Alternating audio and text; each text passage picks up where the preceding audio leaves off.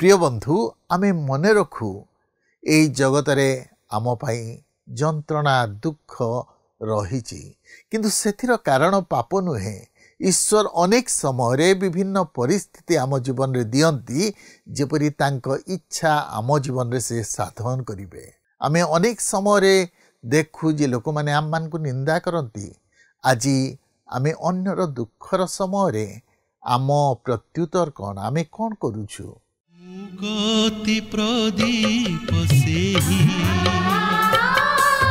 निराशारे आशा देई ए घोर दुर्दिन काले बंधुर पथ धारे दिए से जे शांति शिखा दिए से जे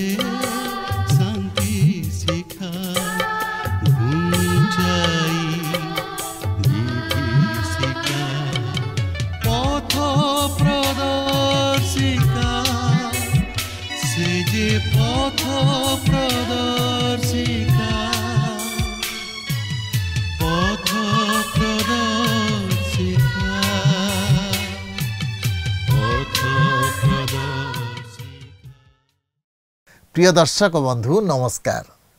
प्रभु जीशु मधुर नाम आपण को आज पथ प्रदर्शिका कार्यक्रम को स्वागत करुछि। आपण को मध्यरु अनेक आम सहित फोन रे जोगाजोग करिसंती मु सेमान को धन्यवाद दिए। जदि के ये पर्यंत आम सहित फोन रे जोगाजोग करि नाहंती आज ही आम सहित जोगाजोग करंतु। ए कार्यक्रम मध्य देई पुनि थरे आपण को सहित साक्षात हबार सुयोग पाइथिबारु मु प्रभु को धन्यवाद दिए। प्रभु आपन को बहुल भाव आशीर्वाद करंतु। ये आम प्रार्थना जे आपन ई जगत रे जीवन काटिबा समय ईश्वर सहित घनिष्ठ संपर्क काटंतु जेपरि आपन अनंत काल स्वर्ग रे तांक सहित रहिबे। आमे आपनकर अनुभूति जानिबा को चाहू।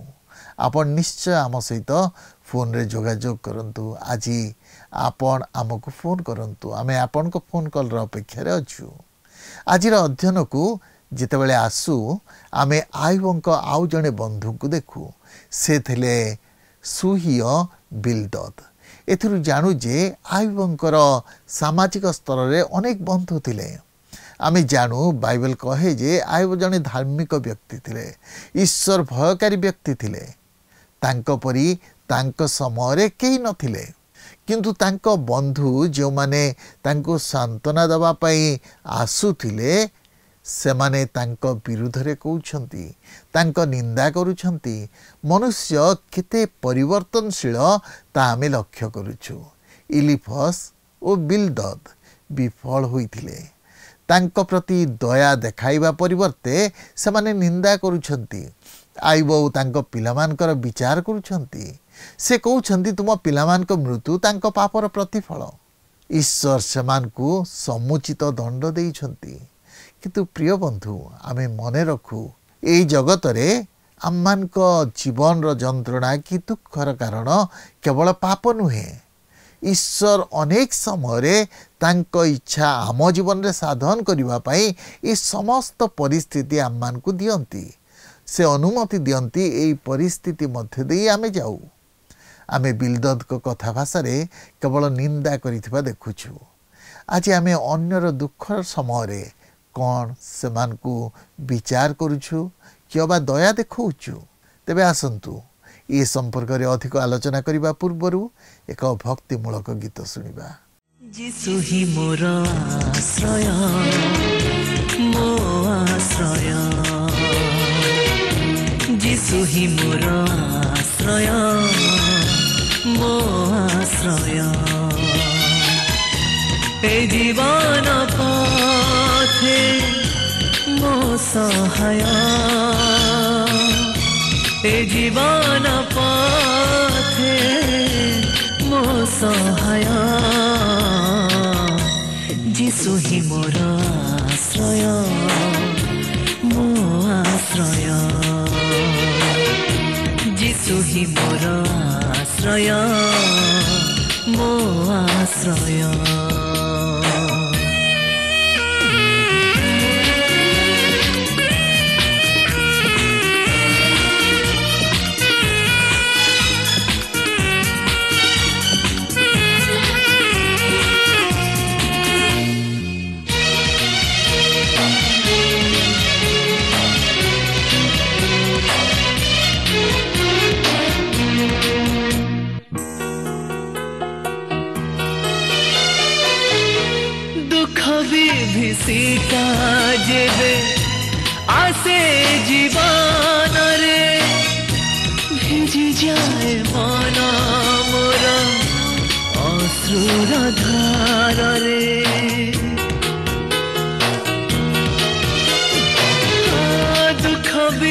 ଶିକା ଯେବେ ଆସେ ଜୀବନରେ ଭିଜି ଯାଏ ମନ ମୋର ଅଶ୍ରୁର ଧାରରେ କହନ୍ତି ସେ ଯେ ପ୍ରେମରେ ରହିଛି ତୋର ପାଖରେ ଭୟ ବି ନାହିଁ ଆସିଲେ ଝଞ୍ଜା ପ୍ରଳୟ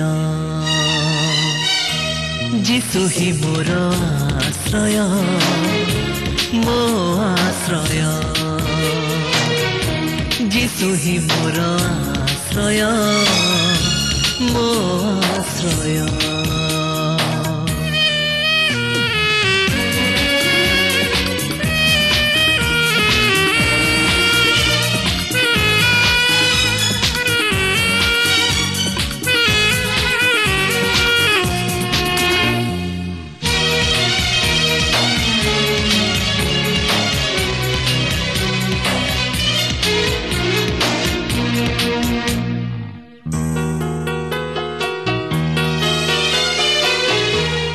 शांति रहे ना किछि जिसु थिले पाखरे शांतिर श्रावण झरे तांक इशारारे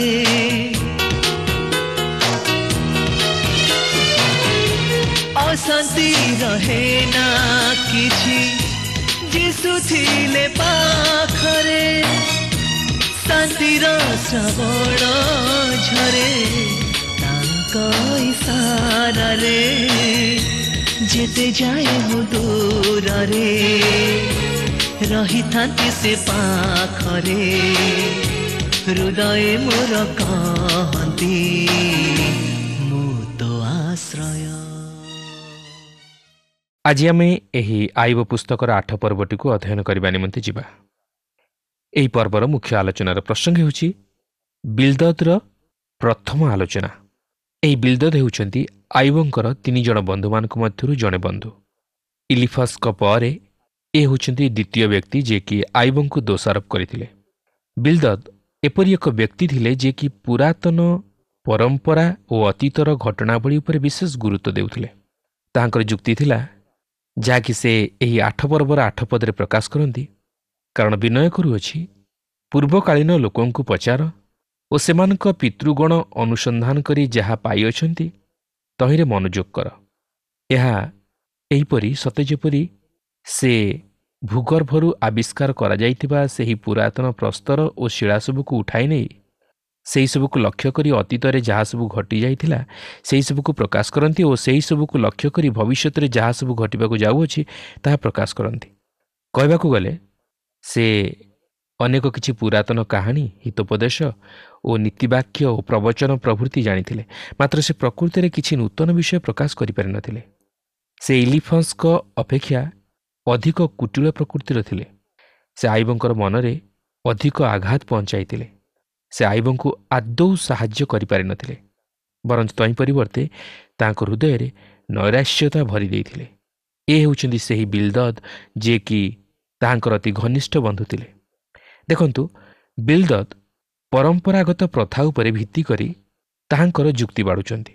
8 ପର୍ବର ପ୍ରଥମ 2 ପଦରେ ଏହିପରି ଲେଖା ଅଛି, ଏଉତାରେ ସୁହିୟ ବିଲ୍ଦଦ ଉତ୍ତର କରି କହିଲା, ତୁମ୍ଭେ କେତେ କାଳ ଏହିସବୁ କଥା କହିବ ଓ ତୁମ୍ଭ ମୁଖର ବାକ୍ୟ କେତେ କାଳ ପ୍ରବଳ ବାୟୁତୁଲ୍ୟ ହେବ?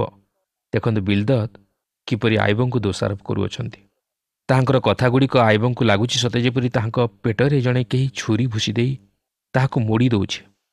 ସେ କହନ୍ତି, ଆଇବ, ତୁମ୍ଭର କଥା ଶୁଣିବା ଯାହା, ପ୍ରବଳ ବାୟୁର ଶବ୍ଦକୁ ଶୁଣିବା ତାହା। ତୁମ୍ଭେ ଜଣେ ପ୍ରବଳ ବାୟୁତୁଲ୍ୟ, ତୁମର କଥାର କୌଣସି ସ୍ଥିରତା ନାହିଁ। ପ୍ରକୃତରେ ଦେଖିବାକୁ ଗଲେ ସେମାନେ ସମସ୍ତେ ଏପରିକି ଆଇବଙ୍କ ସମେତ କେତେକ ପରିମାଣରେ ବାୟୁତୁଲ୍ୟ ଥିଲେ। କାରଣ ଆମେ ପରେ ଦେଖିବାକୁ ଯିବା ଯେ ଆଇବଙ୍କ ଜୀବନରେ ମଧ୍ୟ କିଛି ତ୍ରୁଟି ପରିଲକ୍ଷିତ ହୋଇଥିଲା। ତେବେ ସେମାନେ ଯଦିଓ ଆଇବଙ୍କୁ ଦୋଷାରୋପ କରିଥିଲେ, ମାତ୍ର ସେମାନେ ଆଇବଙ୍କର ସମକକ୍ଷ ନଥିଲେ। 8 ପର୍ବର 3 ପଦରେ ଲେଖା ଅଛି, ପରମେଶ୍ୱର କ'ଣ ବିଚାର ବିପରୀତ କରନ୍ତି? ଅଥବା ସର୍ବଶକ୍ତିମାନ କ'ଣ ନ୍ୟାୟ ବିପରୀତ କରନ୍ତି? ବିଲ୍ଦଦ ପ୍ରକୃତରେ ଆଇବଙ୍କୁ କହିବାକୁ ଚାହାନ୍ତି, ଆଇବ, ତୁମେ ତୁମ କର୍ମର ସମୁଚିତ ଫଳ ଭୋଗ କରୁଅଛ। ଈଶ୍ୱର ତୁମ୍ଭ ପ୍ରତି ବିଚାରରେ କିଛି ଅନ୍ୟାୟ କରିନାହାନ୍ତି। ତୁମେ ନିଜକୁ ନିର୍ଦ୍ଦୋଷୀ ବୋଲି ସାବ୍ୟସ୍ତ କରାଇବାକୁ ଚାହୁଁଅଛ, ମାତ୍ର ଯାହା ଜଣାଯାଏ ତୁମ ମଧ୍ୟରେ ଗୁପ୍ତ ପାପ ରହିଅଛି ଓ ତୁମ୍ଭେ ଯେପରି କରିଅଛ ତୁମ ପ୍ରତି ଠିକ୍ ସେହିପରି ଘଟୁଅଛି। କିନ୍ତୁ ତାହା ବିଲ୍ଦଦର ଭୁଲ ଚିନ୍ତାଧାରା ଥିଲା। ଆୟୁବ ସେପରି କିଛି ଗହୀରିତ ପାପ କରିନଥିଲେ, ଯଦ୍ୱାରା ତାହାଙ୍କୁ ଏହିପରି ଅସହ୍ୟ କ୍ଲେଶ ଭୋଗ କରିବାକୁ ପଡ଼ିଥିଲା। ଚାରିପଦରେ ଲେଖା ଅଛି, ଯେବେ ତୁମ୍ଭର ସନ୍ତାନଗଣ ତାହାଙ୍କ ବିରୁଦ୍ଧରେ ପାପ କରିଅଛନ୍ତି ଓ ସେ ସେମାନଙ୍କୁ ସେମାନଙ୍କ ଅଧର୍ମର ହସ୍ତରେ ସମର୍ପଣ କରିଅଛନ୍ତି। ପ୍ରକୃତରେ ଦେଖିବାକୁ ଗଲେ ବିଲ୍ଦଦର ଏପରି କହିବା ଅତି ଅସୁନ୍ଦର ତଥା ଅନୁଚିତ ଥିଲା। ସେ ଏହିପରି ମନ୍ତବ୍ୟ ଦେଉଛି ଯେ ଆୟୁବଙ୍କର ସନ୍ତାନମାନେ ଈଶ୍ୱରଙ୍କର ବିରୁଦ୍ଧଚାରୀ ହେବାର କାରଣ ହେଉଛି ଯେ ସେମାନେ ପାପୀ ଥିଲେ। ମୁଁ ଭାବୁନାହିଁ ଯେ ଏହାଠାରୁ ବଳି ଅଧିକ ଆତ୍ମବାଧକ ବିଷୟ ଆଉ କିଛି ଥାଇପାରେ। ବିଲ୍ଦଦର ଏପରି କହିବା ନିମନ୍ତେ କୌଣସି ଅଧିକାର ନଥିଲା, କାରଣ ଆମେ ଜାଣୁ ଯେହେତୁ ଈଶ୍ୱର ଏହି ପୁସ୍ତକର ଆରମ୍ଭରେ ଆମମାନଙ୍କୁ ଜଣାଇ ଦେଇଛନ୍ତି ଯେ ଆୟୁବଙ୍କର ସନ୍ତାନମାନେ ସେହି କାରଣ ହେତୁ ମୃତ୍ୟୁବରଣ କରିନଥିଲେ। 5 ଓ 6 ପଦରେ ଲେଖା ଅଛି, ଯେବେ ତୁମ୍ଭେ ଯତ୍ନପୂର୍ବକ ପରମେଶ୍ୱରଙ୍କର ଅନ୍ୱେଷଣ କରନ୍ତ ଓ ସର୍ବଶକ୍ତିମାନଙ୍କ ନିକଟରେ ଆପଣା ନିବେଦନ ଜଣାନ୍ତ, ଯେବେ ତୁମ୍ଭେ ନିର୍ମଳ ଓ ସରଳ ଥାନ୍ତ, ତେବେ ସେ ନିଶ୍ଚୟ ଏକ୍ଷଣେ ତୁମ୍ଭ ପକ୍ଷରେ ଜାଗ୍ରତ ହୁଅନ୍ତେ ଆଉ ତୁମ୍ଭର ଧର୍ମନିବାସକୁ ସୌଭାଗ୍ୟବାନ କରନ୍ତେ।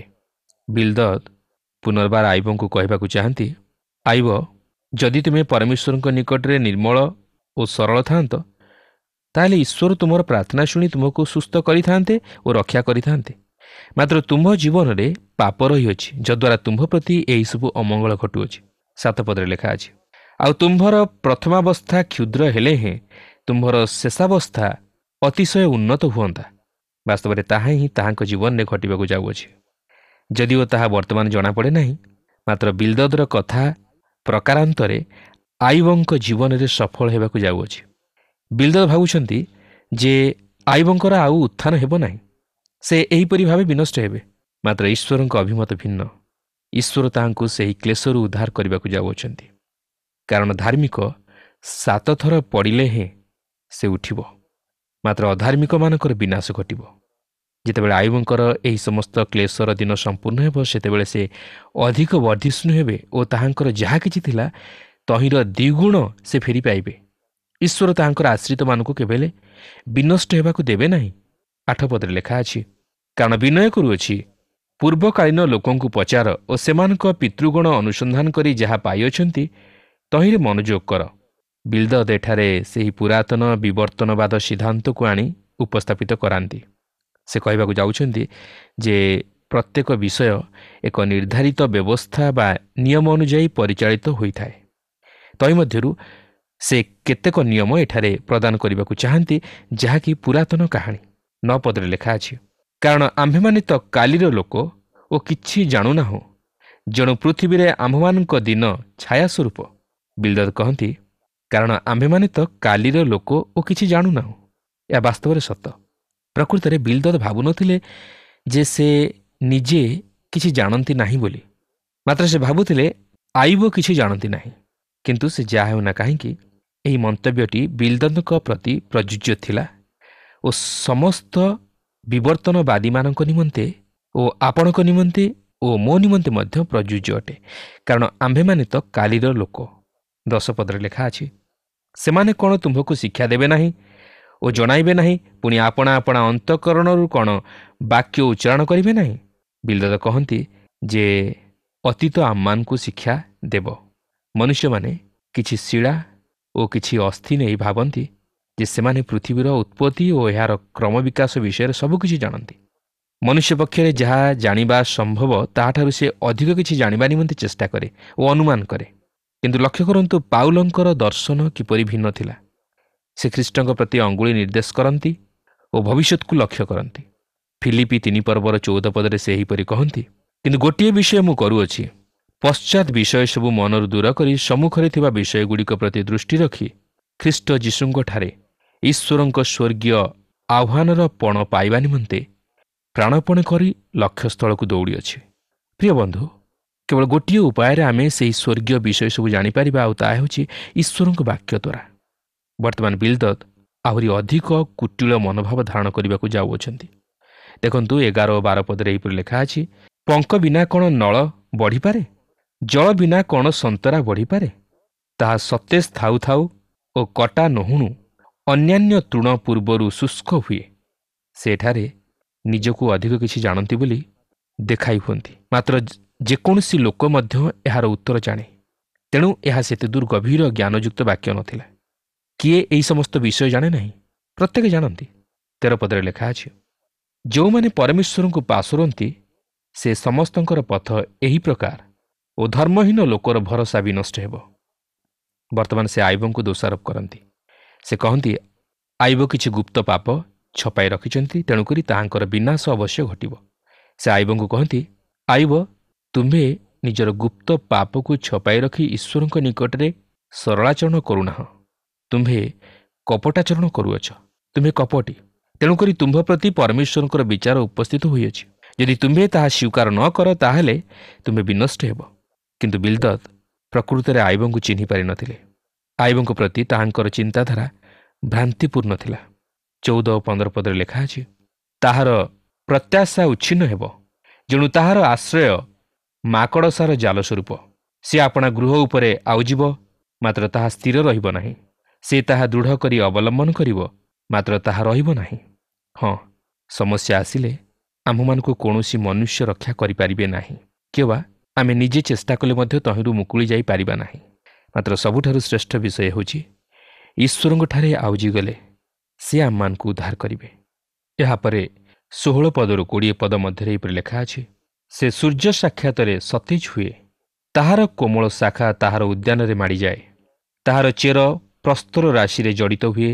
ସେ ପ୍ରସ୍ତରର ସ୍ଥଳ ଦେଖେ। ଯେବେ ସେ ଆପଣା ସ୍ଥାନରୁ ବିନଷ୍ଟ ହେବ, ତେବେ ସେହି ସ୍ଥାନ ତାହାକୁ ଅସ୍ୱୀକାର କରି କହିବ, ମୁଁ ତୁମକୁ ଦେଖି ନାହିଁ। ଦେଖ, ଏହି ତାହାର ଗତିର ଆମୋଦ, ଏଉତାରେ ଭୂମିରୁ ଅନ୍ୟମାନେ ଉଠିବେ। ଦେଖ, ପରମେଶ୍ୱର ସିଦ୍ଧ ଲୋକକୁ ଦୂର କରିବେ ନାହିଁ, କିମ୍ବା ସେ ଦୁଷ୍କର୍ମକାରୀମାନଙ୍କୁ ଧରି ରଖିବେ ନାହିଁ। ତେବେ ହିଁ ସେ ତୁମ୍ଭ ମୁଖକୁ ହାସ୍ୟରେ ଓ ତୁମ୍ଭ ଓଷ୍ଠାଧରକୁ ଆନନ୍ଦ ଧ୍ୱନିରେ ପୂର୍ଣ୍ଣ କରିବେ। ତୁମର ଘୃଣାକାରୀମାନେ ଲଜ୍ଜା ପରିହିତ ହେବେ ଓ ଦୁଷ୍ଟର ତମ୍ବୁ ଆଉ ରହିବ ନାହିଁ। ବର୍ତ୍ତମାନ ଟିକେ ରହନ୍ତୁ। ଏହା କ'ଣ ପ୍ରକୃତରେ ସତ୍ୟ? ଈଶ୍ୱର ମୋ ପରି ପାପୀ ଅଯୋଗ୍ୟକୁ ଉଦ୍ଧାର କରିଅଛନ୍ତି। ମୋର କୌଣସି ଧର୍ମକର୍ମ ବା ଉତ୍ତମତା ନଥିବା ସତ୍ତ୍ୱେ ମଧ୍ୟ ସେ ମୋ ପ୍ରତି ତାହାଙ୍କର ଅସୀମ ଅନୁଗ୍ରହ ପ୍ରକାଶ କରି ମୋତେ ଧରି ରଖିଅଛନ୍ତି, ମାତ୍ର ବିନଷ୍ଟ ହେବାକୁ ଦେଇନାହାନ୍ତି। ଈଶ୍ୱର ଯଦି କେବଳ ସିଦ୍ଧ ଲୋକକୁ ରକ୍ଷା କରି ଦୁଷ୍କର୍ମକାରୀମାନଙ୍କୁ ବିନାଶ କରିଥାନ୍ତେ, ତାହେଲେ ଆପଣଙ୍କର ବା ମୋର ସ୍ଥିତି ନଥାନ୍ତା। ଆମେ କେବେଠାରୁ ବିନଷ୍ଟ ହୋଇଯାଇଥାନ୍ତୁ। ଈଶ୍ୱର କ'ଣ ସିଦ୍ଧ ଲୋକକୁ ଦୂର କରିବେ? ନୁହେଁ, ସେ କେବେ ହେଲେ ତାହା କରିବେ ନାହିଁ। ମାତ୍ର ପ୍ରଶ୍ନ ହେଉଛି, ସେପରି ସିଦ୍ଧ ଲୋକ କିଏ ଅଛି? ସେପରି ସିଦ୍ଧ ଲୋକ କେଉଁଠାରେ ଅଛି? କେହି ସେପରି ସିଦ୍ଧ ନାହାନ୍ତି। ଈଶ୍ୱରଙ୍କ ବାକ୍ୟ ଏହି ବିଷୟ ନେଇ ସ୍ପଷ୍ଟ ଭାବେ ପ୍ରକାଶ କରେ ଯେ ଧାର୍ମିକ କେହି ନାହିଁ, ନା ଜଣେ ସୁଦ୍ଧା ନାହିଁ।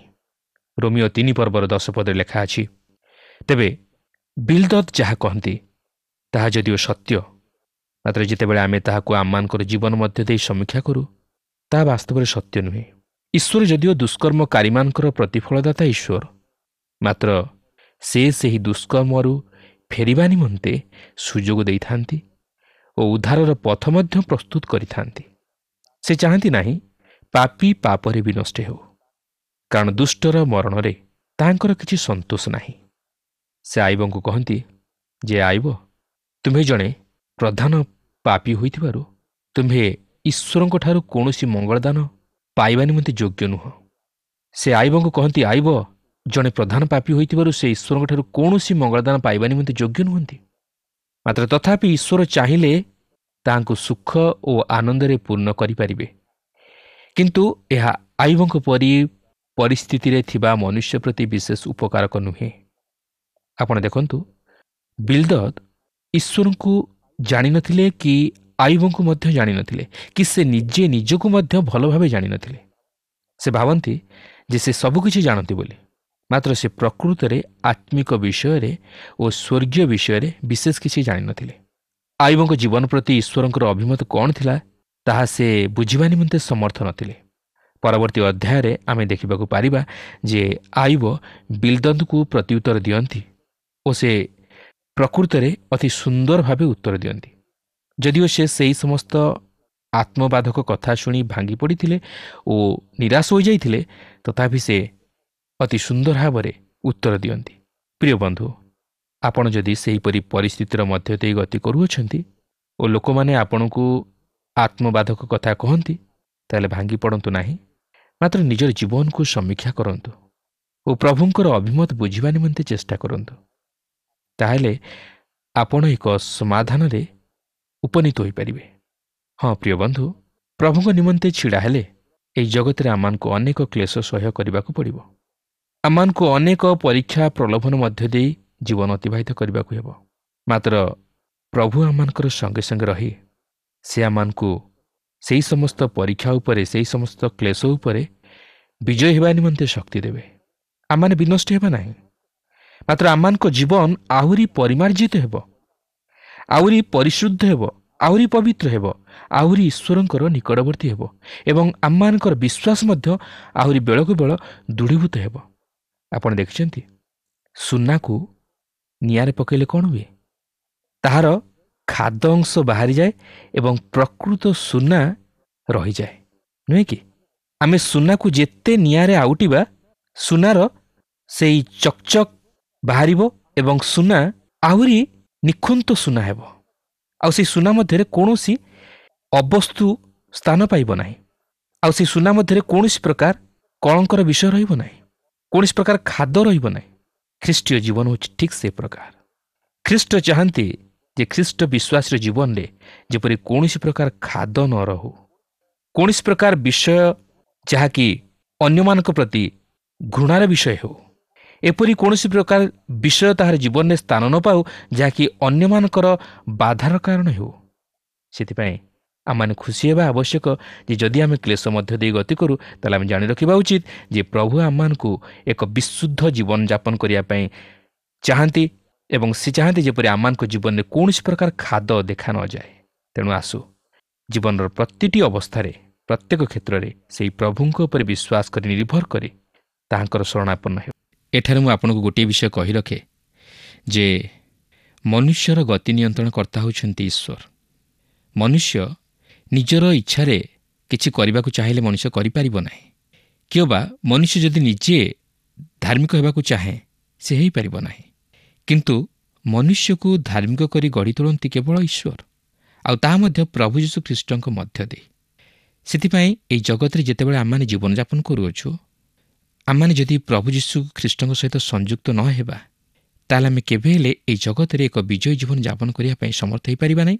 କି ଜଗତରେ ଆମମାନଙ୍କ ଜୀବନ ନିମନ୍ତେ ଯେଉଁ ସମସ୍ତ କ୍ଲେଶ ବା ସମସ୍ୟା ଆସିବ, ସେହି ସମସ୍ତକୁ ଆମମାନେ ଅତିକ୍ରମ କରି ଆଗ ବଢ଼ି ଯାଇପାରିବା ନାହିଁ। ଆଜି ଜଗତରେ ଅନେକ ଲୋକ ଅଛନ୍ତି ଯେଉଁମାନେ କ୍ଲେଶରୁ ବା ସମସ୍ୟାରୁ ଉଦ୍ଧାର ପାଇବା ପାଇଁ ଚେଷ୍ଟା କରନ୍ତି। ହୁଏତ ଅନେକ ନିଜର ଦୋଷ ଦୁର୍ବଳତା ହେତୁ, ନିଜର ପାପ ହେତୁ ଜୀବନରେ ସମସ୍ୟା ମଧ୍ୟ ଦେଇ ଗତି କରନ୍ତି। ଆଉ ଅନେକ ହୁଏତ ପ୍ରଭୁଙ୍କର ପରୀକ୍ଷା ଲାଗି ସେମାନେ କ୍ଲେଶ ମଧ୍ୟ ଦେଇ ଗତି କରନ୍ତି। କିନ୍ତୁ ଆମେ ଗୋଟିଏ ବିଷୟ ଜାଣି ରଖିବା ଉଚିତ ଯେ ଆମମାନଙ୍କ ଜୀବନରେ ଯାହା କିଛି ଆସୁନା କାହିଁକି, ଯେଉଁ କ୍ଲେଶ, ଯେଉଁ ସଙ୍କଟ ଆସୁନା କାହିଁକି, ଏହା ପ୍ରଥମେ ଆମମାନଙ୍କୁ ନିଜର ଜୀବନକୁ ସମୀକ୍ଷା କରିବା ପାଇଁ ସାହାଯ୍ୟ କରେ ଏବଂ ଆମମାନଙ୍କୁ ପ୍ରଭୁଙ୍କର ନିକଟବର୍ତ୍ତୀ କରାଏ। ହୁଏତ ଆମମାନେ ଯଦି ପ୍ରଭୁଙ୍କ ଦୃଷ୍ଟିରେ ଠିକ୍ ଥାଇପାରୁ, ତଥାପି ଏହା ଆମମାନଙ୍କୁ ଆହୁରି ପ୍ରଭୁଙ୍କ ନିମନ୍ତେ ବିଶ୍ୱାସରେ ବଳିଷ୍ଠ କରାଏ। ଆଉ ଯଦି ଆମମାନେ ପ୍ରଭୁଙ୍କଠାରୁ ଦୂରକୁ ଚାଲିଯାଇଛୁ, ଏହା ଆମମାନଙ୍କୁ ପ୍ରଭୁଙ୍କର ନିକଟବର୍ତ୍ତୀ କରାଏ।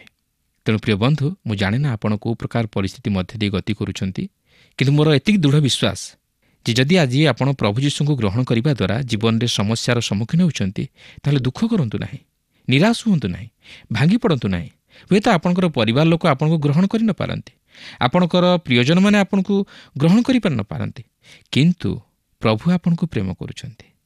ଆପଣଙ୍କୁ କେହି ପ୍ରେମ ନ କଲେ ନାହିଁ, ମାତ୍ର ଯଦି ପ୍ରଭୁ ଯୀଶୁ ଆପଣଙ୍କୁ ପ୍ରେମ କରୁଛନ୍ତି, ଈଶ୍ୱର ଯଦି ଆପଣଙ୍କୁ ପ୍ରେମ କରୁଛନ୍ତି, ତାହେଲେ ତାହାଠାରୁ ଭଳିଆ ମହାନ ବିଷୟ କ'ଣ ଥାଇପାରେ? କିଛି ଥାଇପାରେ କି? କିଛି ନାହିଁ। ସେଥିପାଇଁ ପବିତ୍ର ବାକ୍ୟ କହେ ଯେ ଜଣେ ପ୍ରେମକାରୀ ଅଛନ୍ତି, ଯେ ଭାଇ ଅପେକ୍ଷା ଅଧିକ ନିକଟ ଲାଗି ରୁହନ୍ତି। ସେ କିଏ? ସେ ହେଉଛନ୍ତି ପ୍ରଭୁ ଯୀଶୁ ଖ୍ରୀଷ୍ଟ। ସେ ଆପଣଙ୍କ ସହିତ ଅଛନ୍ତି, ମୋ ସହିତ ଅଛନ୍ତି। ତେଣୁ ଆମମାନେ କୌଣସି ପରିସ୍ଥିତିରେ ବ୍ୟତିବ୍ୟସ୍ତ ନ ହୋଇ ପ୍ରଭୁ ଯୀଶୁଙ୍କଠାରେ ବିଶ୍ୱାସରେ ସ୍ଥିର ରହି ନିଜର ଜୀବନକୁ ସମୀକ୍ଷା କରି ଅଧିକରୁ ଅଧିକ ତାହାଙ୍କର ନିକଟବର୍ତ୍ତୀ ହେଉ। ତାହେଲେ ଆମମାନଙ୍କ ଜୀବନ ମଧ୍ୟ ଦେଇ ପ୍ରଭୁ ଗୌରବାନ୍ୱିତ ହୋଇପାରିବେ ଏବଂ ଆମମାନେ ସେହି ସ୍ୱର୍ଗୀୟ ବିଭବର ଅଧିକାରୀ ହୋଇପାରିବା। ପ୍ରଭୁ ପ୍ରତ୍ୟେକଙ୍କୁ ଆଶୀର୍ବାଦ କରନ୍ତୁ। ଆଶା କରୁ ଆଜିର କାର୍ଯ୍ୟକ୍ରମ ଆପଣଙ୍କୁ ନିଶ୍ଚୟ ଭଲ ଲାଗିଥିବ ଓ ଆପଣ ଆତ୍ମିକ ଜୀବନରେ ଉପକୃତ ହୋଇଥିବେ। ବିଲଦଦଙ୍କ କଥାଭାଷା ଆମକୁ ଏ ଶିକ୍ଷା ଦିଏ ଯେ ଆମେ ମୂର୍ଖମାନଙ୍କ ପରି କଥାବାର୍ତ୍ତା ନ କରୁ, କାରଣ ବିଲଦଦ ଜାଣିଥିଲେ ଯେ ଆୟୁବ କେଉଁ ପରିସ୍ଥିତି ମଧ୍ୟ ଦେଇ ଗତି କରୁଛନ୍ତି। ତାଙ୍କ ମନ ମଧ୍ୟରେ କ'ଣ ସବୁ ଚାଲୁଥିବ, ଏପରି ପରିସ୍ଥିତିରେ ଜଣେ ପରାମର୍ଶଦାତା ଭାବେ ଆମେ କ'ଣ କହିବା ଆବଶ୍ୟକ ତାହା ଜାଣିବା ଉଚିତ। ହୁଏତ ବିଲଦଦ ନିଜକୁ ଜଣେ ଜ୍ଞାନୀ, ଅଧିକ ଧାର୍ମିକ ମନେ କରୁଥିଲେ। ସେ କହୁଛନ୍ତି ଈଶ୍ୱରଙ୍କୁ ପାଶୋରି କେହି କେବେ ଜୀବନରେ ସୁଖ କି ଆନନ୍ଦ ପାଇନାହିଁ। ଆମେ ଲକ୍ଷ୍ୟ କରିପାରୁଥିଲୁ ଯେ ପୂର୍ବ ଆଲୋଚନାରେ ଆୟୁବ ନିଜ ଅବସ୍ଥାକୁ ସେ ପ୍ରଭୁଙ୍କ ନିକଟରେ ଢାଳୁଛନ୍ତି। ତାଙ୍କ ଜୀବନର ଅନୁଭବ ଯାହା ଥିଲା ସେ ତାହା ଜଣାଉଛନ୍ତି, କିନ୍ତୁ ସେ ସମସ୍ତ ବିଷୟ ଶୁଣିଲା ପରେ ମଧ୍ୟ ବିଲଦଦ ତାଙ୍କ ବିରୁଦ୍ଧରେ କଥା କହୁଛନ୍ତି। ଆମେ ଲକ୍ଷ୍ୟ କରୁଛୁ ଯେ ସେ ତାଙ୍କୁ ଉପଯୁକ୍ତ ସାନ୍ତ୍ୱନାର ବାକ୍ୟ ଦେଇପାରୁନାହାନ୍ତି। ପ୍ରିୟ ବନ୍ଧୁ, ପ୍ରଭୁଙ୍କ ଲୋକ ଭାବେ ଆମେ କ'ଣ ଅନ୍ୟର ସମସ୍ୟା ଓ ଦୁଃଖର ସମବେଦନା ବୁଝିପାରୁଛୁ କି? ଆମେ ଅନ୍ୟମାନଙ୍କ ନିମନ୍ତେ ସାନ୍ତ୍ୱନାର କାରଣ ଅଟୁ କି ଅବା ଦୁଃଖଦାୟକ ଅଟୁ? ବିଲଦଦ ସମାଲୋଚନା କରୁଛନ୍ତି, ସେ ତାଙ୍କୁ ସାନ୍ତ୍ୱନା ଦେଇପାରୁନାହାନ୍ତି। ଆଜି ତ ଆମ ସମୟ ଶେଷ ହେଲାଣି। ପରବର୍ତ୍ତୀ କାର୍ଯ୍ୟକ୍ରମରେ ପୁଣି ଆପଣଙ୍କ ସହିତ ସାକ୍ଷାତ ହେବ, କିନ୍ତୁ ବିଦାୟ ନେବା ପୂର୍ବରୁ ଆସନ୍ତୁ ପ୍ରଭୁଙ୍କ ନିକଟବର୍ତ୍ତୀ ହେବା। ଦୟାଳୁ ପ୍ରେମମୟ ପ୍ରଭୁ, ଆମେ ତୁମର ଧନ୍ୟବାଦ କରୁଅଛୁ ତୁମ ଦୟା, ତୁମ ପ୍ରେମ, ତୁମ ଅନୁଗ୍ରହ ପାଇଁ। ପ୍ରଭୁ, ତୁମେ ଆମମାନଙ୍କୁ କେତେ ଦୟା କରିଛ, ଅନୁଗ୍ରହ କରିଛ। এই ଜଗତ ଆମମାନଙ୍କ ବିରୁଦ୍ଧରେ କଥା କହିପାରେ, କିନ୍ତୁ ପ୍ରଭୁ ତୁମେ ଯେ ଆମମାନଙ୍କର ସପକ୍ଷରେ ଅଟ ତାହା ଆମମାନେ ବିଶ୍ୱାସ କରୁ। ପ୍ରଭୁ, ଆୟୁବଙ୍କୁ ସେଦିନ ତାଙ୍କ ବନ୍ଧୁମାନେ ଅନେକ କଥା କହିଥିଲେ, ନିନ୍ଦା କରିଥିଲେ, ସମାଲୋଚନା କରିଥିଲେ, କିନ୍ତୁ ପ୍ରଭୁ ତୁମେ ଆୟୁବଙ୍କ ସପକ୍ଷରେ ଠିଆ ହେଇଥିଲ। ପ୍ରଭୁ, ଆଜି ମଧ୍ୟ ଆମମାନଙ୍କ ଜୀବନର ଦୁଃଖ ଓ କଷ୍ଟ ମଧ୍ୟରେ ତୁମେ ଯେ ଆମମାନଙ୍କ ସପକ୍ଷ ଈଶ୍ୱର, ସେଥିପାଇଁ ଆମେ ତୁମର ଧନ୍ୟବାଦ କରୁଅଛୁ। ଆୟୁବଙ୍କ ପରି ତୁମ ଉପରେ ନିର୍ଭରଶୀଳ ଜୀବନ କାଟିବା ପାଇଁ ତୁମେ ଆମମାନଙ୍କୁ ସାହାଯ୍ୟ କର। ତୁମେ ଆମମାନଙ୍କ ପ୍ରାର୍ଥନା ଶୁଣିଲ, ଧନ୍ୟବାଦ ଦେଇ ଏହି ପ୍ରାର୍ଥନା ପ୍ରିୟ ଯୀଶୁଙ୍କ ନାମରେ ମାଗିଲୁ, ଆମେନ୍। ବହୁତ ବହୁତ ଧନ୍ୟବାଦ। ପ୍ରଭୁ ଆପଣଙ୍କୁ ଆଶୀର୍ବାଦ କରନ୍ତୁ। ଗତ ପ୍ରଶ୍ନର ଉତ୍ତରଟି ହେଲା ଏ ବାୟୁ। ଆଜିର ପ୍ରଶ୍ନଟି ହେଲା କାହାର ମରଣରେ ଈଶ୍ୱର ସନ୍ତୁଷ୍ଟ ନୁହନ୍ତି? ଏ ଦୁଷ୍ଟ, ବି ସାଧୁ ବ୍ୟକ୍ତି, ସି ସରଳ ବ୍ୟକ୍ତି, ଡି କେଉଁଟି ନୁହେଁ?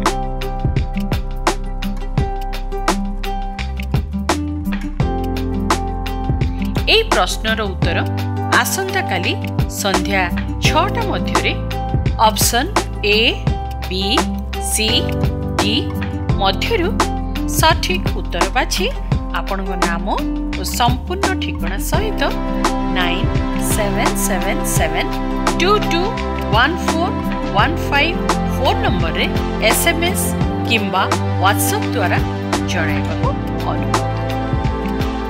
जदि आपको आम कार्यक्रम भल लगुच तेबे 0444908126 रे मिस्ड कॉल दे विजय होई परिबे। गत सप्ताहर विजय दर्शक बंधु हेले नवरंगपुर ज्योतिर्मय टाकरी और परिवार।